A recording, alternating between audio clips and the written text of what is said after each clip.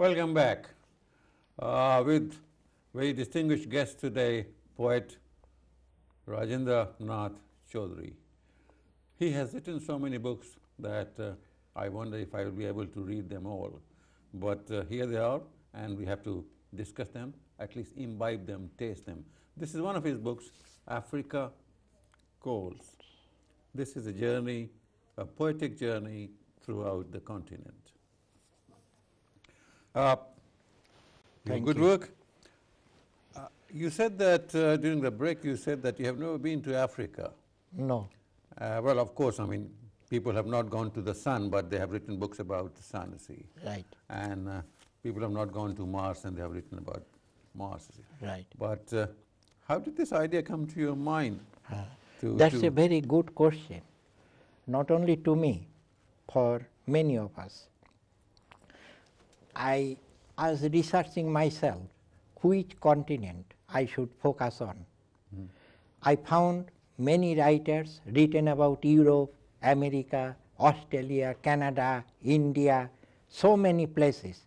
But we always ignored Africa is the dark continent. Why? The resources people of Africa, the flora and fauna of Africa is wonderful. And we should bring them into the mainstream continents like limelight. Europe, Asia, and so forth. So I decided I'll bring Africa on the mainstream continents on the spot of the globe. So this is a generated book throughout the whole journey through the poems, a continent starting from Alexandria to South Africa. Right. I dedicated myself 6 months and I finished these books. Yes. Then I started editing and I done this within a year. Alexandria, I've had the occasions to visit that place. It's very much a European area, see. That's right. But that bears the name of Alexandria. Alexandria, the history. But if you go down, further down to see, beyond Alexandria and all, further down the North African countries, then you come across the real Africa, see. Really. But obviously it's a part of Egypt, and Egypt is not Egypt, North Africa. the River Nile, following the roots of River Nile. Is there a particular theme in this book, or just you're trying to highlight the rich culture and the heritage of Africa? No, there are three past ancient Africa, the medieval Africa, and the present Africa. The ancient Africa, their ancient civilization is wonderful. You can see the Egyptian pyramids. Right. You can see the mummies. They highlight the kings, monarchs of African yes. origins.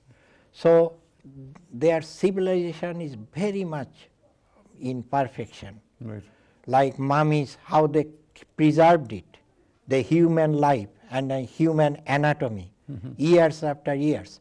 A Tutankhamun, a glorious example in the British Museum even today.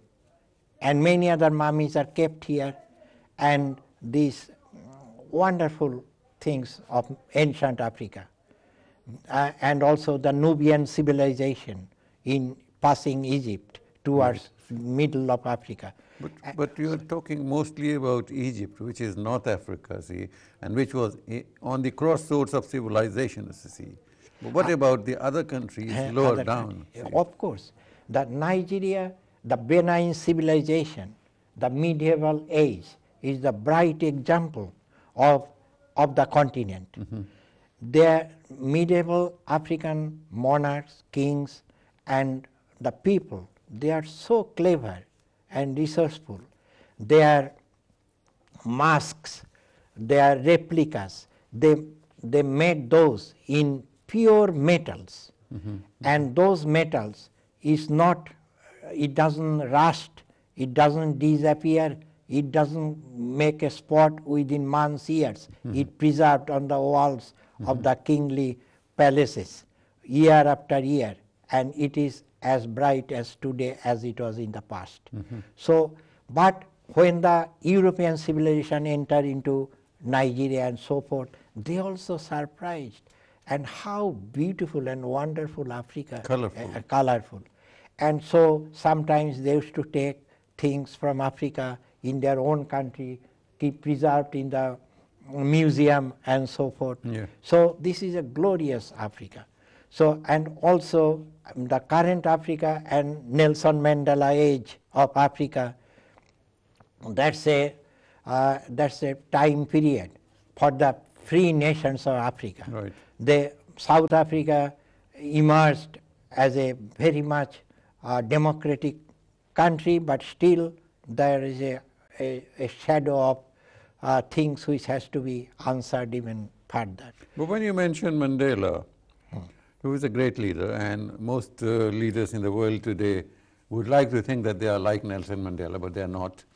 And Nelson Mandela represents a struggle, a strength, conviction for something that he believed, see.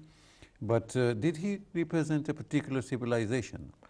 He represented a political thought, idea. He represented political thought. His basic struggle is to liberate the people of South Africa in particular, along with African states in Africa.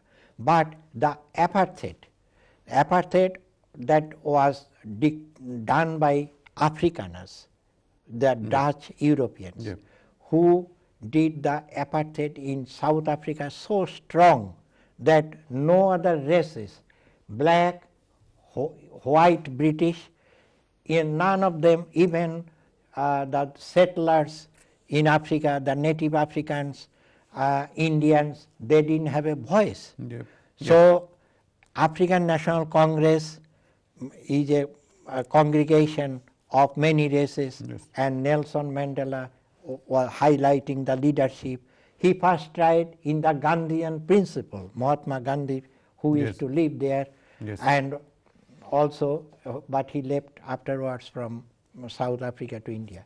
But Nelson Mandela, he, after trying in a peaceful process, how this apartheid, the barriers, division, the barricades, man to man, person to person, shop to shop, village to village, has to be barricaded in curtains, in networks. So this, but he tried in peaceful process first, but he couldn't do it.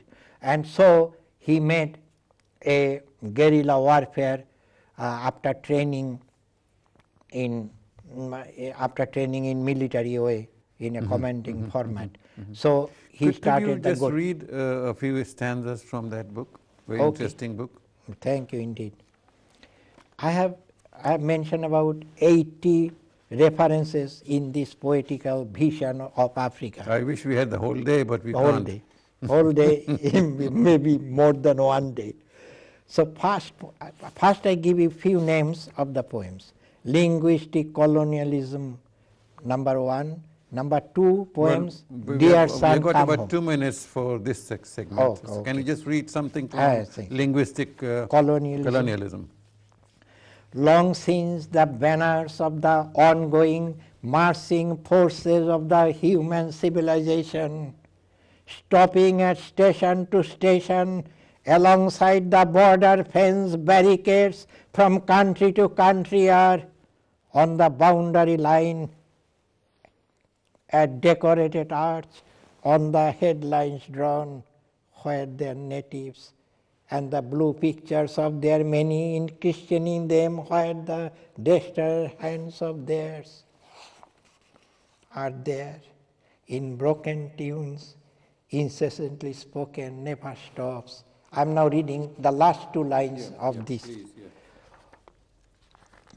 The children drop the shades of tears where they unfold the mindfold as well as look down often in their horizons there is that of the tune on the other bank of the human civilization flow from where. When you write, when you say something like linguistic colonialism, what do you mean? I mean, how we treat the people of one country, one race, because to the they speak other, a different language. Because they speak different language, like similar to Bangladesh, when Bengali language tried to being robbed away by Pakistani people. So it is similar to that. Many other things it happens in many countries. And so the poor African, when the European civilization went into it, so they tried to take away some of the African voices in linguistic patterns. Wouldn't somebody say that, well, they gave you English and that's why you can talk in English and write in English and do poetry in English? Okay, that's a good question you put me. My first language is Bengali. We'll take a break now. Oh, okay, thank you. And thank you for reciting some poems from there. Thanks. Thank you for being with us, and we hope that you're enjoying the show as much as we have. When we come back, we'll have some more poetry for you. Don't go away.